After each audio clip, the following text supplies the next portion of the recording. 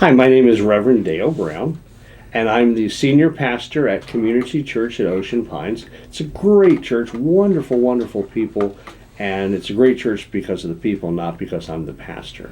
And I'm here with one of those great people, whose name is Wayne, and Wayne is a brand new, as a friend of mine used to say, a newly minted penny, right out of the box, and he, Stephen Minister.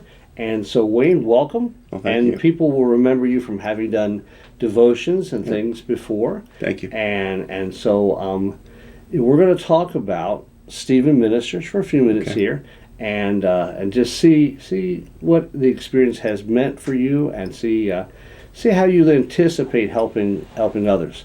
So let me give you the starting question. All right. All right. You ready? I'm ready. It's going to be a hard one, man. All right, here you go. So what was it that attracted you to Stephen Ministry, to become a Stephen Minister? What was it that made you want to do that?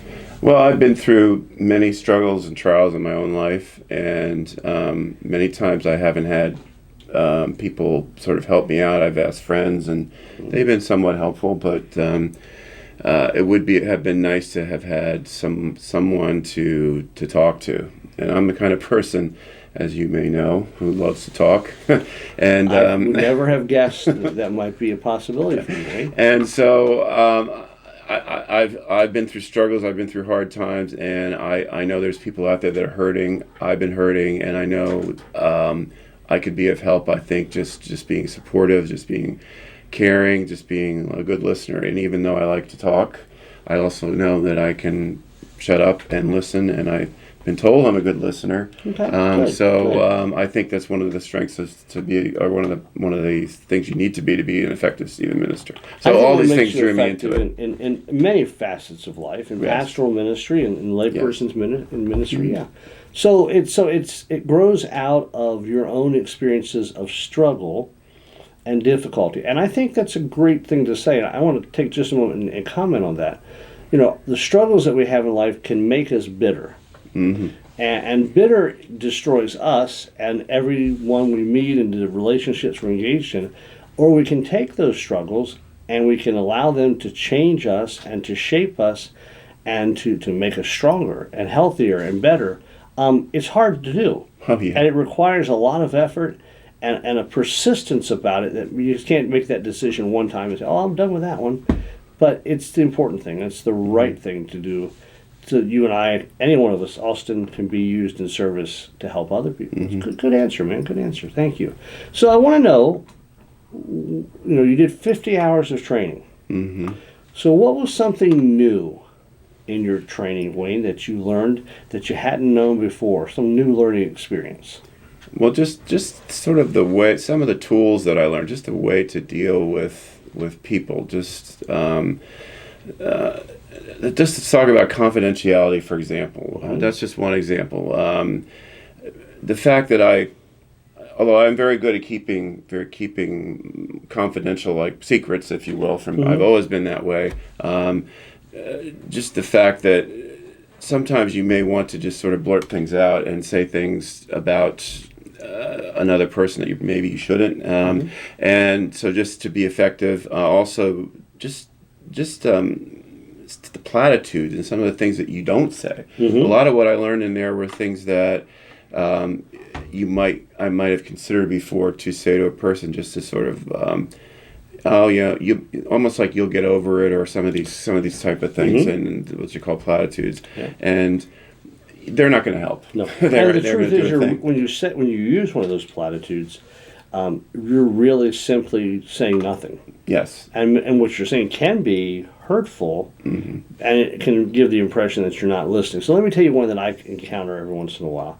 When someone dies, someone will invariably say to the person whose loved one has died, well, God needed a little angel in heaven, or something to that effect. Well, the truth is, no, that's dumb stuff. Mm-hmm. The truth is that we all die because we're human, right. And it's a great loss. God doesn't pick or choose. It just happens naturally, but God is always present during that process. But invariably, it'll say something like, it's for a better purpose, or God has a greater plan, when what God does is the same thing you talked about earlier. is take the things that happen in our lives that are negative and use them to change us. Not that they become positive, because losing someone is always hurtful, but that they become something that can makes us more useful and more available and more sensitive, perhaps, to helping others. Exactly. You know, Wayne, I was when my son was born. You've met Zach. I think you've met Zach. Yes, I met Zach. And you know, he spent 3 of the first 4 months of his life at Johns Hopkins and had 2 surgeries, and he coded in the NICU. I'm very sensitive to families that are giving birth to children, and there's always that fear: is the child going to be okay? Is the mom going to be okay? Maybe now is the dad going to be okay? Families with children that have illnesses, because having been there, it's not that my experience is universal. It's just that I'm aware of some of the things that are part of it. So some of the skills, some of the things not to say, were your biggest learnings. Some not saying those platitudes, right? Right. Okay. So what is something that startled you that you didn't know before, that you hadn't? It might be the same thing, but it could be different. I don't know if anything necessarily startled me. I think Okay. it was actually difficult in some ways to do some of the. It was, I don't want to say it was acting, but we had a lot of times where we had So to. you had role playing. We had to do role playing, and Yeah. I've done it in many instances in my life, and for work and for school, and and many. But to actually sit there with other people, and it's been a while, and so that was it. I mean, honestly, had really been a while for me, and so it took a while to get used to that. But hey, it was fine. And then I realized, you know what, we're not really acting, even though I was mainly doing it with Austin, who's sitting right over there, and we're friends. And but the fact that I was trying to think in my mind, maybe he had lost his job, and I think it happened in one of our I role haven't had to plays. fire him yet. No, lost his job, or he had some sort of he was ill or was sick, and so I had to do I took the role of the Stephen minister in trying to what would I say in those instances, and that was that type of thing that that was new to me. I wasn't expecting that, even though I knew what. Ultimately, I knew what it was, the whole Stephen ministry encompassed, and what that would be part of it. But actually, do that as part of the class was a little surprising, and also very. I got a lot out of it, and I think all of us did. So I think that's how I would answer that question. So it might surprise you, because that I've talked to Louetta and Austin on another podcast, and both of them said very similar things. Because you're having to put into practice what you've learned, Right. and it's awkward at first. New learnings, are hard. So many people stop learning or try not to learn new things of substance after a certain period of time. But then, the opportunity comes to learn something like this, and it's exciting, and it brings something to your life. Right. So I think you're in pretty good shape there. I think that's pretty similar to what people have said. And there is a sense of artificiality to those things. I mean, that Austin did not just lose a baby, for instance, and things, but too, that you can feel empathy for someone who did. Yes. And the only way you can do it well is to practice, and that means you have to do that. And then you get critiqued. So, that's okay. So, who would you like to work with? What's someone that you feel that you have something to offer to? I'd like to find somebody, basically. I want to say someone in my age group. In other words, not necessarily retired, but someone 50s, 60s, 70s, who is maybe experienced a loss like I have. In my case, the loss of lost his wife through divorce. Somebody who has been struggling with health issues, which I have also at times. That type of a thing. And the care receiver that I've actually been assigned to, although I haven't met him yet, it seems like he's going to be a nice fit for me, because as it turns out, he loves to talk, and he has had a lot of similar experiences, apparently, from when we have talked on the phone to me, and that appeals to me.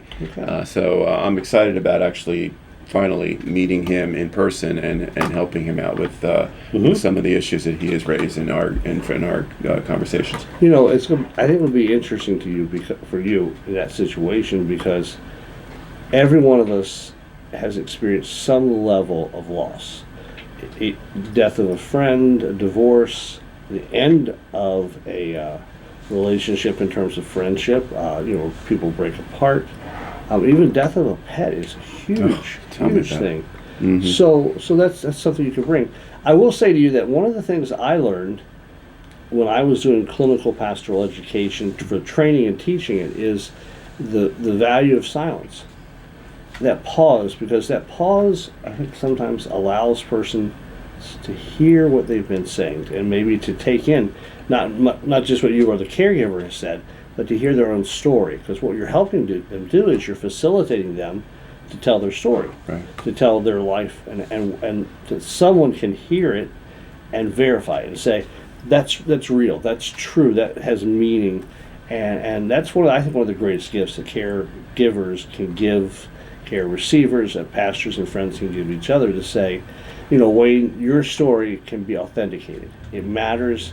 I've heard it, and I know Austin says we're not supposed to say we're sorry, but I'm sorry for your loss. And we can say that with a genuineness, not as a platitude. We can always just we can go by and say, oh, I'm sorry, and not mean it. Right. But after you've heard the story and you've seen the person's pain on their facial expressions, then we can say, hey, I really am sorry for your loss. I'm really sorry for what happened to you.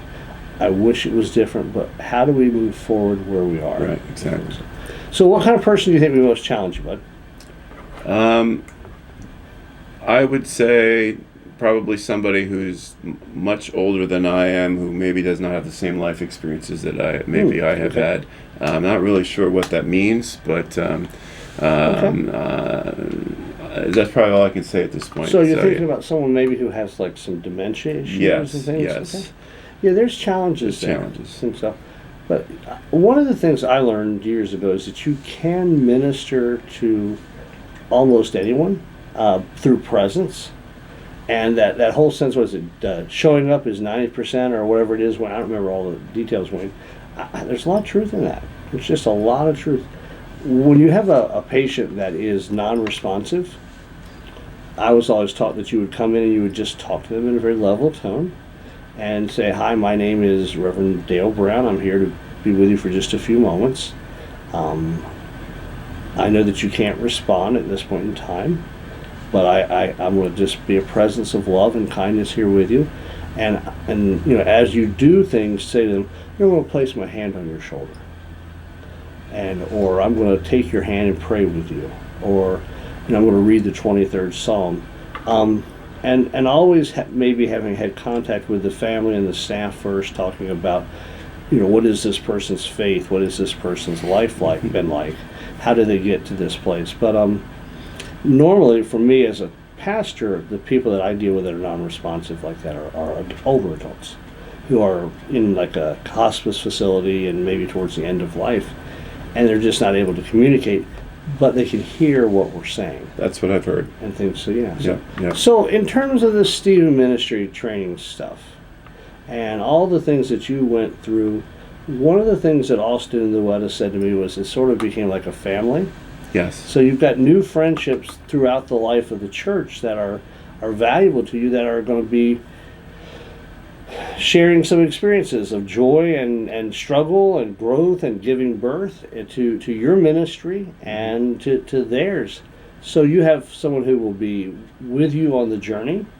You have people that will help, not that we're perfect or know everything, but maybe we've had some more practice, who knows.